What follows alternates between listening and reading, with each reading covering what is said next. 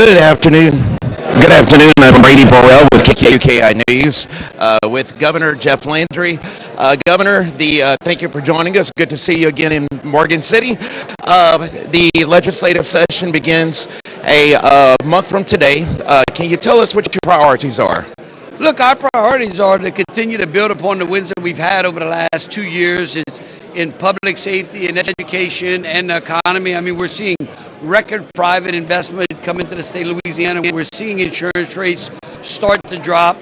We really want to work on our property insurance rates, especially south of I-10. We know we've got some work to do on structures and fortified roof program. We want to work on lowering prescription drugs, but we want to also take the time to reflect on the wins that we're having and the great job opportunities. We've got historic job growth here in this state. Right now, over 100,000 new job opportunities, and now it's time to match the job with the person here in this state. When, of course, President Trump, his administration took the president of Venezuela, when they captured him, you had mentioned that you would be willing to take Venezuelan oil into Louisiana. How could that benefit our economy? Well, look, many of our refineries here in Louisiana have been tuned for Venezuelan oil. We had a big reliance on Venezuelan oil to manufacture diesel and gasoline and other refined products here in this state. And so when that dried up, that really hurt our refiners. So again, I think it's a great opportunity for our refineries, and it's also an opportunity for our service companies. I mean, no one understands oilfield service like right here in Morgan City, and there are people and businesses right here in this room that can take the opportunity to go down to Venezuela and help us get that crude out the ground and send it to Louisiana. Well, thanks a lot, Governor. I know you have an address to make. We appreciate you spending time with us. Okay, thank you. Appreciate it. Thank you.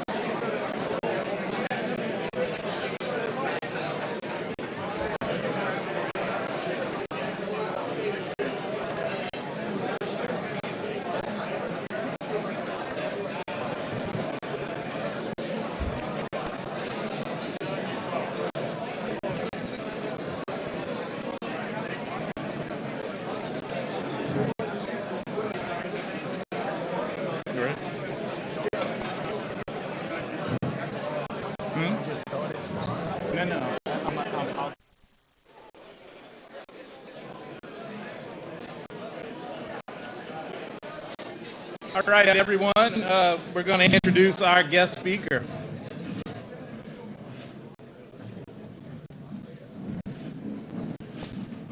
We are honored to welcome a man who has devoted his life to service as a soldier in the U.S. Army, in the Louisiana National Guard, as a sheriff's deputy, attorney, small business owner, congressman, attorney general, and now is the 57th governor of the great state of Louisiana. As governor, Mr. Landry has prioritized pro-growth policies, moving Louisiana's economic outlook from 31st to 18th in just over a year. In his first year, he enacted historic tax cuts for Louisianians, which has helped bring in over $70 billion in investments to our state. He has led major education reforms, expanding school choice, empowering parents, and helping Louisiana achieve its highest student testing scores in a generation. Mr. Landry has kept his promise to champion law enforcement and advance criminal justice reforms aimed at accountability. Now, Governor Landry has prepared a short video to share with all of you before he speaks, so please turn to the projector. Louisiana is on the last 2 years, Governor Landry set out to transform Louisiana. And with the help of the great people of this state, that transformation, it's happening. And when change is needed, we work together. Louisiana has the greatest growth in the nation. That change takes time. It takes everyone, all in. And it requires initial action. This is our home. This is your home. It requires the establishment of a blueprint. In the past 2 years, our leaders and the people of Louisiana have established that blueprint. And it's because of the people that our great state is back on track. Louisiana is seeing a wave of massive new investments, Economic growth, projects that could redefine the state's economic landscape. education, Public school students in New Orleans have some of their highest achievement scores in 20 years. the safety of our citizens. People around Louisiana want their communities to be safe. It's what the people deserve. It's what the future deserves. So that blueprint is established. And Louisiana is very quickly being set up for that future it deserves. But the job is far from over. Without the people, without you, none of these results can happen. We share the love for this great state. So let's continue to do it together. And show our next generation how it's really supposed to be.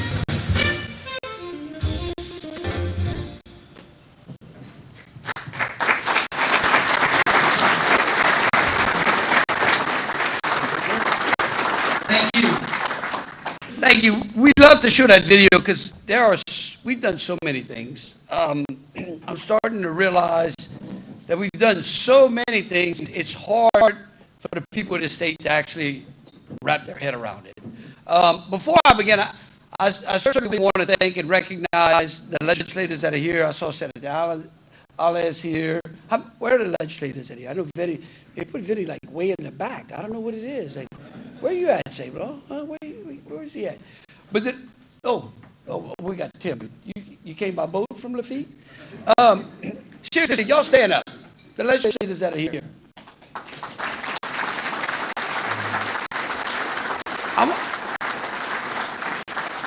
I mean, seriously, they do deserve a round of applause because they have been on this road with us over the last 2 years, basically tackling every one of the problems that we have complained about over the last 30 years. I'm going to go through those, and then I want to walk through the results of that, and then I kind of want to wrap up because with what I believe is going to be a great issue, and that is workforce, and because I do believe that we're at this defining moment. It literally is a moment of historic progress. I mean, I just go through it again and again.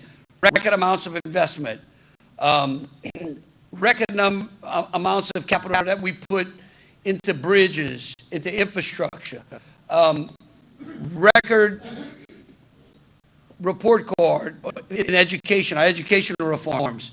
And literally, like the response to that has been over the past few years, the work that we have done right now in this state, we have over 100,000. They told me it was 124,000 new job opportunities right here in Louisiana. And those job opportunities are being driven by over $80 billion worth of private investment, which, by the way, is historic as well. And the other thing, the really important thing about that investment is that investment is in different sectors of industries. We have complained consistently, that Louisiana needed to diversify our economy. I'm here to tell you that today we are diversifying Louisiana's economy, the likes of which has never, ever been done before. And it is touching all four corners of the state. And I know, look, I come down to South Louisiana a lot, and they're like, okay, when's our turn, right? When are we getting a great big project. And I'm going to tell you, I think it is coming. I mean, we had an historic project up in the northeast corner of the state in Richland Parish where Meta is going to spend, I think, before it's over with, they'll probably spend $50 billion. I mean, we're going to go back and start at 12, now it's 20. I think we'll go in February, put another 10 on top of that.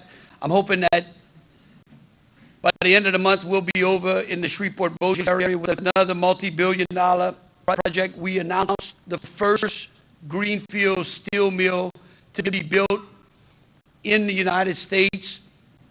Is going to be built on this side of the river over near Donaldsonville. That's Hyundai. Right next to that, CF Industries is pouring another 4. Those two projects alone, over $10 billion. And of course, the LNG plants that consistently pop up. I mean, just those projects alone are driving the economies across South Louisiana. How many fabrication yards are now seeing the results and the fruit of those LNG facilities, learning to build in a modular way under which we can build the modulars here instead of overseas? And a lot of that has to do with President Trump. I mean, states that have embraced the Trump economy are thriving today. Not all states around the country are doing as well as we're doing. But it didn't happen by accident. It happened because we came in and we cut taxes, we restored order, we reformed education, we partnered with our business leaders, we asked the stakeholders here in Louisiana, what can we do to help your businesses grow, and how do we fundamentally change the way Louisiana operates? I mean, just in St. Mary Parish and across the South, there is industry growth. Like I said, and it's real. I mean, companies like Conrad, Bollinger, I mean, I ship Patterson shipyards, Metal Shark, Saronic is coming in. That is a direct result of the Trump administration's leaning in on building up our maritime fleets. That is an absolute direct result of the president saying it's time that we start building boats again right here in the United States and quit losing out to shipyards overseas. I mean, y'all see it. I know. I see Mr. Johnny here. Look how good he looks.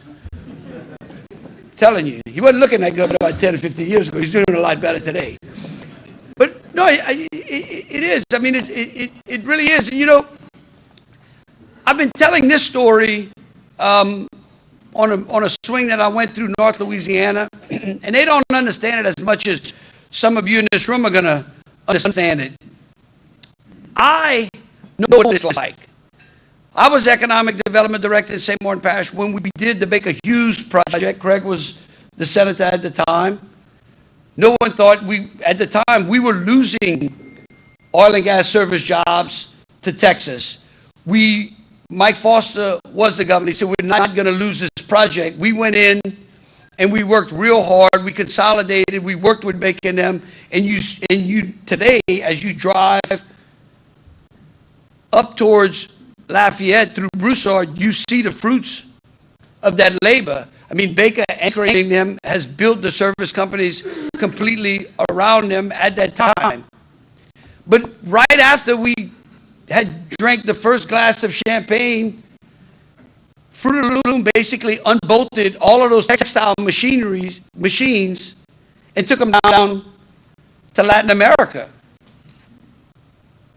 And that was a direct result of Washington's policies of NAFTA, a promise where we were told that this was going to be great for us, that the industry was going to still stay in the United States, but that we had to give up those jobs and send them down to Latin America to give those people in Latin America opportunities.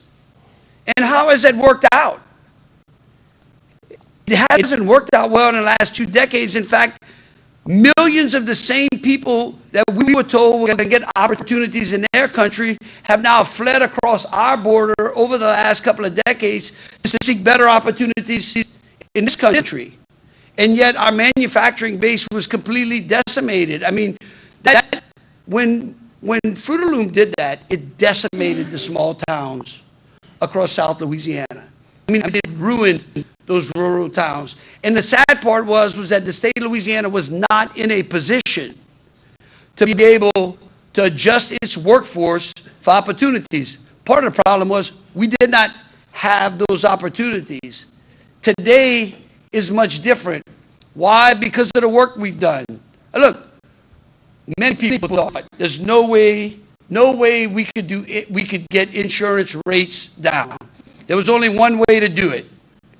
And last year, through a pretty rough and tumble session, we took both the trial bar on and the insurance companies on.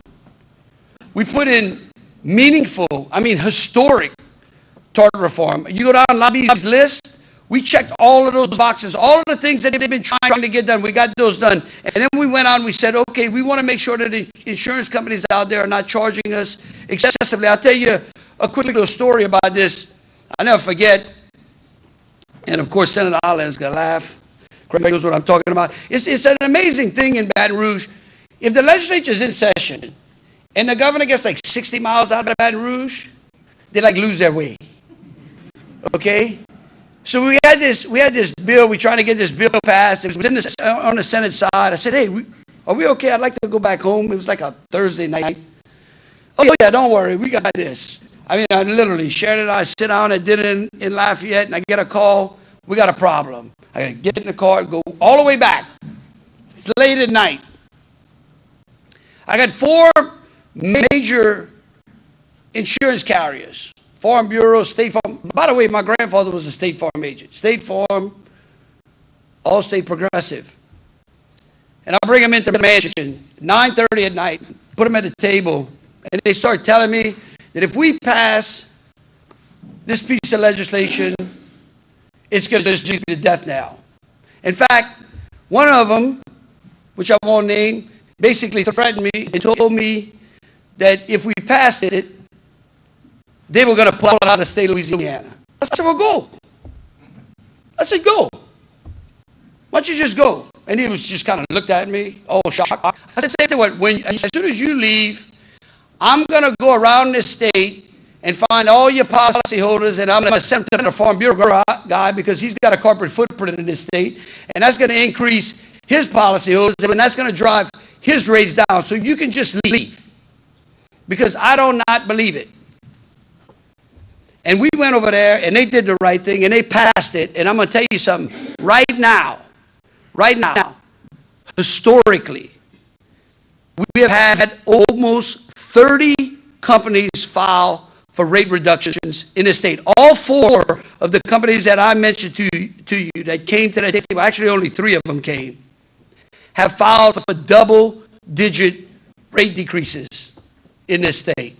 That's meaningful reform. We've driven those insurance, and the insurance costs are going down even further. In fact, Axios, one of the major publications, just singled out Louisiana as a place where insurance rates are going down.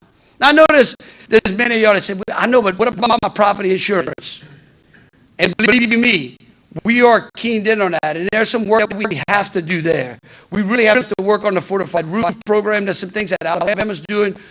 Part of that property insurance problem is a FEMA problem. You can go see Gordy Dove. He'll fix that for you. Right, Gordy? I'll try. He's going to try.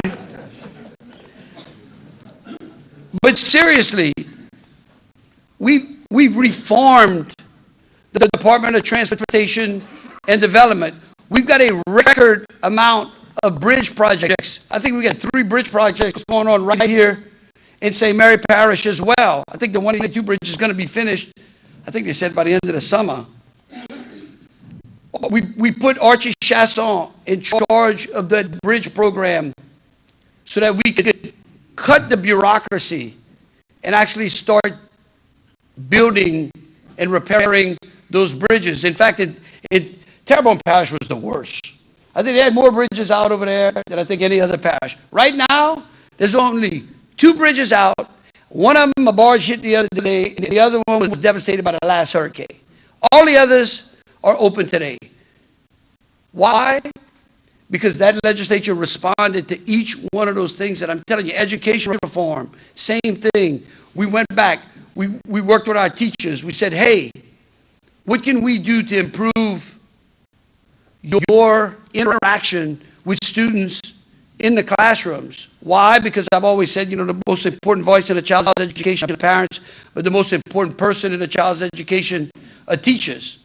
And so we worked with our teachers to find out the things that government has piled onto them in service hours and needless paperwork and all the things that took them out of the classroom rather than kept them in the classroom. And we started stripping those things away. We took cell phones out of the classroom. We put the Ten Commandments back in the classroom.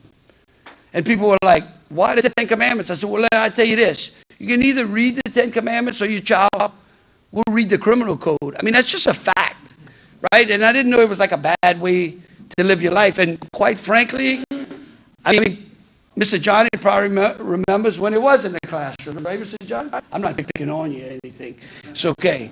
I mean, I could talk about Mr. Bill. He might be a little old. I don't know. But seriously, and I'm going to tell you this right now. Let me tell you what, y'all have an opportunity. In May, on the ballot, are going to be 4 constitutional amendments. 2 of those amendments, Amendment 1 and Amendment 4. You vote yes on both of those amendments, and those amendments passes, and you are getting an income tax rate reduction. That I can guarantee you.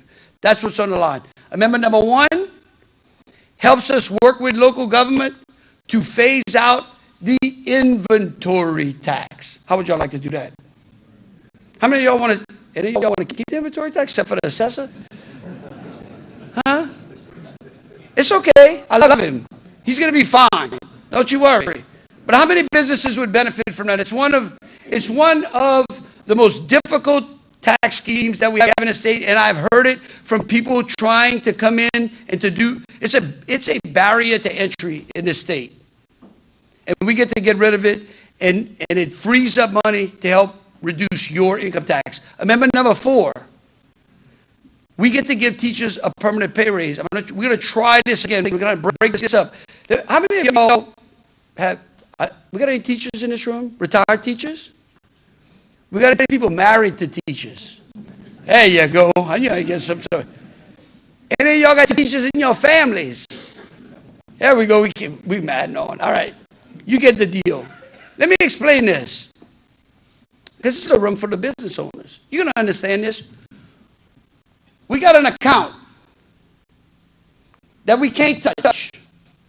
It's just building up. Billions of dollars. Can't touch it. Can't use it for education. Can't do anything with it. We want to take that money. Right now, we want to take that money and we want to pay off the teacher's retirement debt. Okay? We want to take that money and use it to pay off the teacher's retirement debt, freeing up hundreds of millions of dollars of interest payments. And then take those interest payments and finally give our teachers a permanent pay raise. That frees up like $200 million of general fund dollars between that and inventory. That is a further reduction in the income tax, which I want to do. I want you to know something. Right now, we got the second lowest income tax in the country. And that was part of the tax reform that we've done. So I beg you, if you want to continue to see the great momentum that we have going, go out and vote for Amendment number 1 and Amendment number 4. And I know you'll hear some more about it. But the one thing that we just did, which I think is the most exciting thing that we've been able to do this year, and it is a direct reflection of the economic opportunities that we have and economic expansions and all of the private investment and all of the great new job opportunities, is I just signed an executive order to modernize Louisiana's workforce system. And what that does is that starts to shift dollars from bureaucracy to training so that more people can earn the skills that matter. How many of you all have job opportunities and you don't have the proper skill that you need to fill them? If I asked you that 2 years ago, all of your hands would have gone up. That just tells you that the degree that the economy here in Louisiana is moving. And I know it is because 100,000 people have moved off the Medicaid rolls onto private insurance. We literally, on our Medicaid road, we are literally at pre-pandemic Medicaid expansion numbers. That's how you move people from dependence to independence. That's how you judge how well your economy is going. But in this new workforce system, we want to be able to respond to employers' demands so that the projects that you have don't get gummed up, so that you can meet your customers' need with speed. We want to prioritize credentials that actually lead to real jobs and real wages. We want to measure success by outcomes, not paperwork. We have this fragmented workforce system across the state, and we've been trying to consolidate it. Through this executive order and with the waiver from the federal government, we're actually going to start consolidating that. What I'm telling you is that over the last 2 years, our motto has been not about growing government, it's about getting government to work for growth. And y'all have time and time again said, we want our state government to live within its means. How many of you had said that before? I've complained about. Exactly. Well, let me show you something. We just ran a DOGE effort. We found $1 billion worth of efficiencies and savings, like real money. 600 million of it in the federal government programs. We have, for the third year in a row, we are presenting to the legislature a static, or basically a standstill budget. We're not allowing our state government to grow. Why? Because I want to drive that income tax down to zero. And by doing those exercises, we find the efficiencies necessary. It's the same thing you do in your businesses. But your state government now is actually finally over 30. And look, whether Mike did it, Bobby did it, Blanco did it, John Bell did it, all of those governors tried to balance the state and continue to have to plug holes in the state budget using one-time money for reoccurring expenditures. You'd hear it again and again. And every time the economy would falter, they'd have a big fight in Baton Rouge, and the only thing on the chopping block was health care and education. I mean, you can ask the legislators. Both those are there. Sam was there before, he can tell you. And we constantly, the public constantly demanded, can y'all just write the state's budget? Let me tell you something. Right now, your state budget is not built on one-time money. We're only using revenue that's reoccurring for reoccurring expenditures, and that's why we can do the bridge programs that we're doing. That's why we can do the infrastructure build-outs that we're doing on roads. It's why we can pour money into the economic development projects, because we finally righted the balance sheet. And it's showing. I mean, it just is. Because, we quit using excuses. We said we're not going to conform to the excuses of the past. We're just going to take action. In this coming session, we're going to further double down on that. Now, the one thing we're going to do is we're going to get rid of the inspection sticker. How many of y'all want to do that? Huh? I got to tell you a story. I go through all of these great things, right? I'm going through all these great things, growth.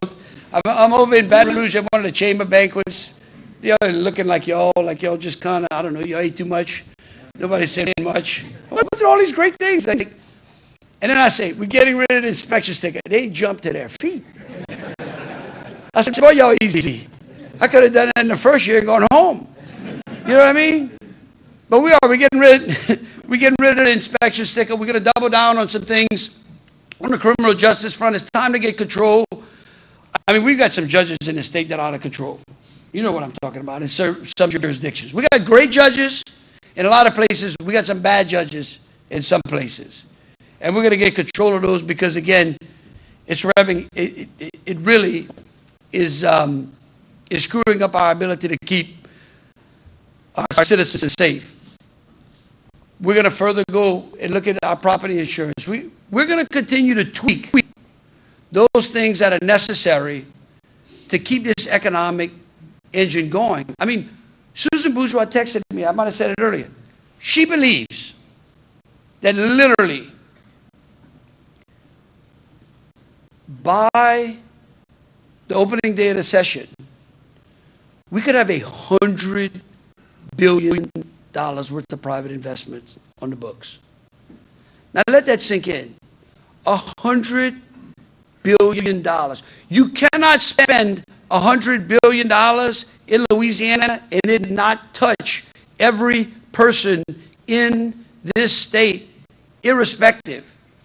That we have never, ever seen that kind of money. It's hard to wrap your head around what $100 billion of private investment looks like. But it's coming. And so now finally, once and for all, you can imagine a Louisiana where every job finds a worker, where every worker finds a purpose, where every opportunity isn't something that you chase. It's actually something that you can count on right here in Louisiana. For the first time, back-to-back, 2 years in a row, Louisiana has clocked more people coming into the state than leaving the state. It's real. It's in the numbers. It's in the statistics. And that future is not a dream. It's actually a decision. And it's a decision you get to make together. I found a quote the other day. Abraham Lincoln said, the best way to predict the future is to create it. And what I'm telling you is, we are creating the future that you all have told me time and time again. I'm not talking about just last year on the campaign, or 2 years ago on the campaign trail for governor, or 8 years before that when I was running for attorney general. But I can remember going all the way back to when I was running for Congress. The future that you were looking for is a future that's happening right here, right now in Louisiana. And it is going to be generational. It is right now one of the greatest stories that's yet to be told, not only here in Louisiana, but in this state. And I just beg you to continue to help us, to tell us the things that you need to be able to expand your businesses, or the things that you need to be able to help improve your parish and your community, so that we can go to Baton Rouge and make those particular adjustments. Right now is the time. Right now is the moment. God bless you. Thank you so very much.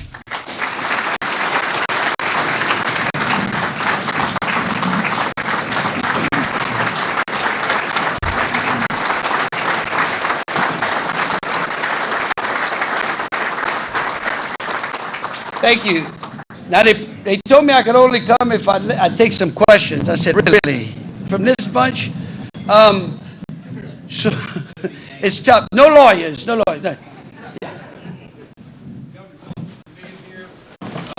talking about the Doge project, about $1 billion back. I want to commend you on your appointment to one of your chair positions with CPRA, which is very important to South Louisiana. You found the right person at the right time to make the right fit, Gordy Dove. He's brought over $2.3 billion back. Gordy did that. I think he needs to be recognized for that. Absolutely. Y'all give a round of applause.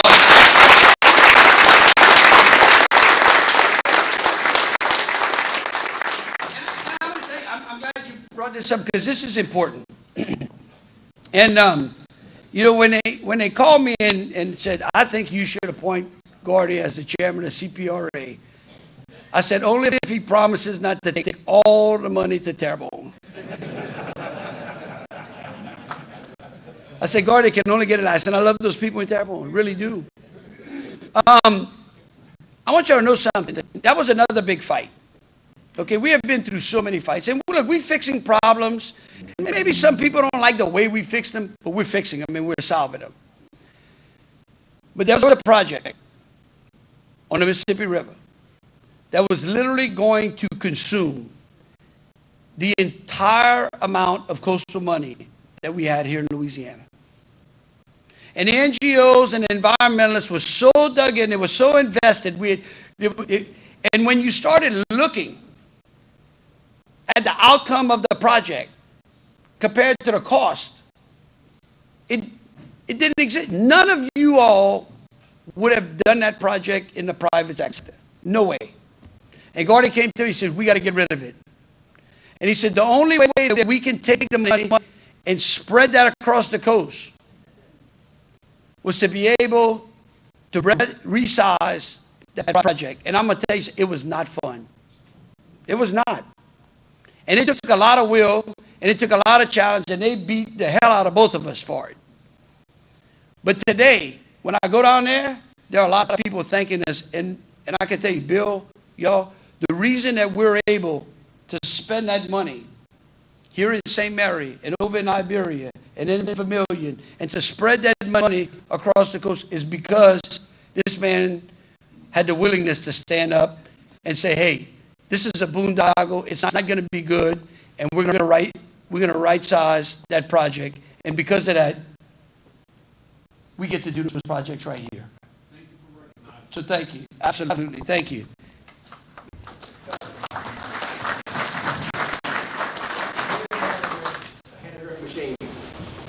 I love the fact that we're having all this new industry and investment in Louisiana, which is fantastic. My only concern is this. Handicraft Machine Shop, we've been there for 114 years. With all this new industry and all these new companies coming in, they're looking for employees. And the problem right now is this. They're bringing the investment in, but they're not bringing the workforce in. And I'm concerned with the local industries, the businesses that have been here for a long time. We're giving them tax breaks and everything else, which is great, to bring and create new jobs, but taking employees from a Conrad or a Sugar Mill or you or a Handicraft isn't really creating new jobs. And my only concern right now is that going forward, if we don't bring more workforce in, we're only taking away from the current workforce we have right now. Look, it's a great. I must not have done a good job in my speech. You pointed something out. Look, here's what I tell you. You are right. If there's one thing that keeps me up at night, it is workforce. It's the workforce challenges. But here's how you fix it. 100,000 people who were on Medicaid, which means they were not working, are now no longer on Medicaid and are working today. There is a workforce, there is a certain amount of workforce that we get to reskill and we get to retrain right here in Louisiana. I think it's probably a couple of hundred, maybe 300,000. Maybe it gets to 500,000. I don't know. But if we reskill those people, what's happening too is people are starting to come over. People are starting to see the opportunity that Louisiana is now. People are starting to get their kids back. And so it's going to take some time, and we're trying to figure out that particular balance. And that's why we're really, really focusing on saying, okay, how many people out there are able-bodied people? And we got some great things that are getting ready to actually help us inside the welfare program, because we're doing a welfare for work, we're streamlining the SNAP benefits, we're making sure that able-bodied people absolutely have to go out there and get a job, right? Because now we know we got the jobs, which might have been different than before. It is going to be a challenge, and it is going to be a struggle. But I can promise you, it's a better struggle than not having any opportunities at all. And what I am saying is that the workforce changes that we're making are designed to help us meet the needs that you need, so that you can find another. If a machinist leaves, you can replace that machinist, and there's somebody who can operate that machine. I mean, we just broke ground on a training facility up in Donaldsonville that they thought would never get there. They kept trying to build it. And I thought about it when we were breaking ground. I thought, you know what they say, build it and they will come. I don't know if I agree with that anymore. I think that create the opportunity and they will come, maybe. Because Hyundai came, we created an opportunity. They committed to a steel mill. Now all of a sudden Donaldsonville has a training center. See how that works? That works a whole lot better for us and for government. And so we're just going to have to work through those growing pains. And that's why I'm here. And something else I want to add to that, though, David. This is important as well. Susan Bourgeois, and we announced a couple of different programs inside of LED, and I don't have the list, but you can go to this, 3 of them. We want to make sure that those companies that come into Louisiana and receive those incentives are prioritizing the Louisiana workforce and Louisiana companies.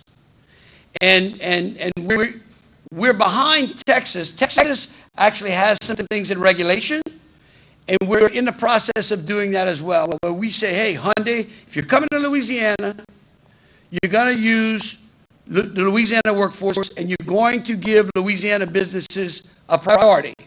Now, I mean, I know my good Cajun, owners, but that doesn't mean you get an added advantage. You still got to compete. You know what I mean? So the companies can come and say, listen, y'all are just way too expensive, or we balance that out. But we are prioritizing the workforce here in Louisiana, and we are prioritizing Louisiana businesses. So I hope that helps. All right, how about one more?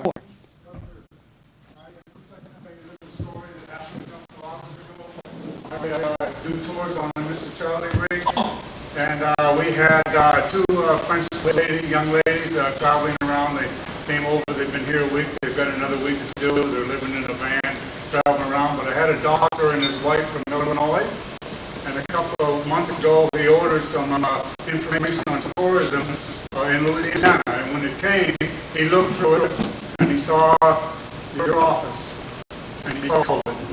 And Miss Allen answered the phone. I believe she's your executive assistant. Is there Miss Allen? Unless he told me wrong. Anyway, she was very, very helpful. He was surprised that someone like that answered the phone when the first one. And he got all the information he needed. He turned him over to Billy Nunguest's office, and he couldn't say enough about the people of Louisiana. And I think the people of Louisiana are a great untapped resource for this state. Well, I want to talk about that too, because that was part. I wanted to mention that too, because right here at Morgan City, you got an unbelievable asset. Mr. Charlie is an unbelievable asset. It really is. It's not only on the historic preservation, which I think we finally was able to get that designation, but it also is a work training opportunity as well. It really gives us an opportunity to showcase what offshore drilling is like, gives us an opportunity to maybe do some workforce where we can bring folks on an actual rig without having to take them offshore. And I got to tell you, I know the museum business is not an easy business, right?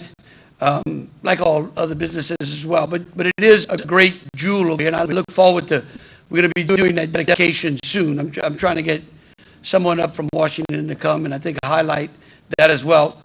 And so let me just close with this. I think what Virgil said is something that we've tried to create in Baton Rouge, is we've tried to create an atmosphere of hospitality, which is what I was raised in.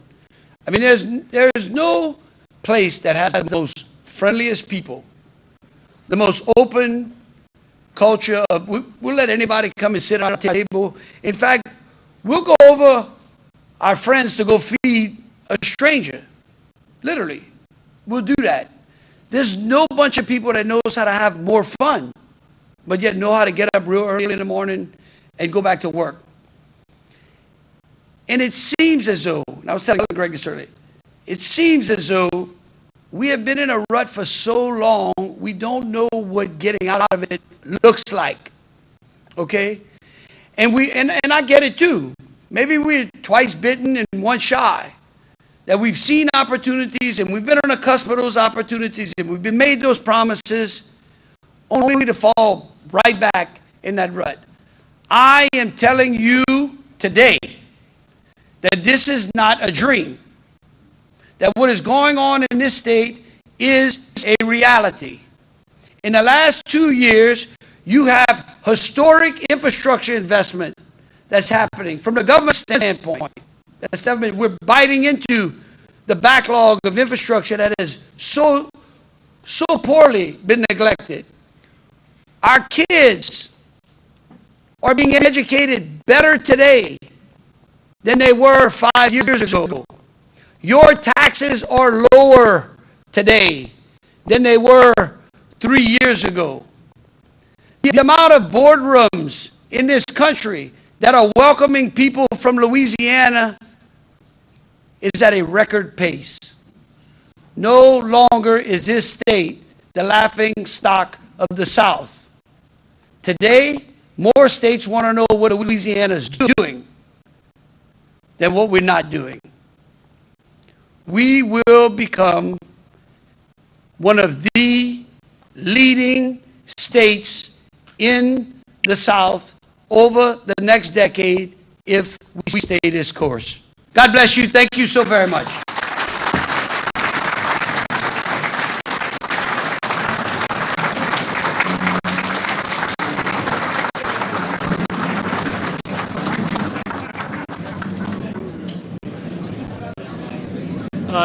Everybody just sit down 1 second. We got a little business to do.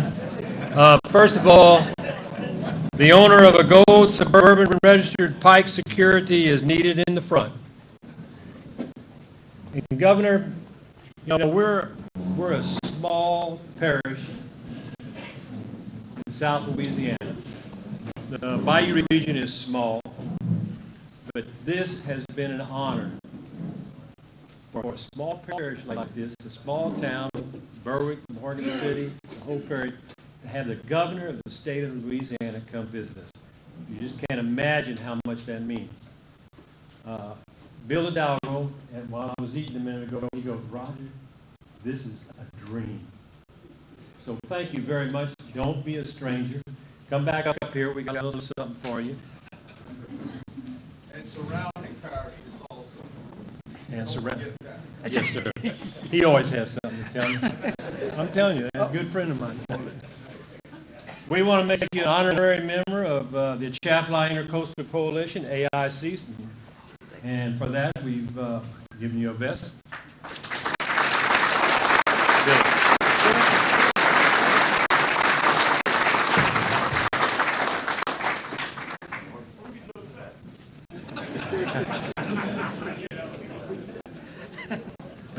Thanks, Governor. And the final thing is next month we've got performance contractors at our March meeting. Thank you very much. Everybody be safe. Go well.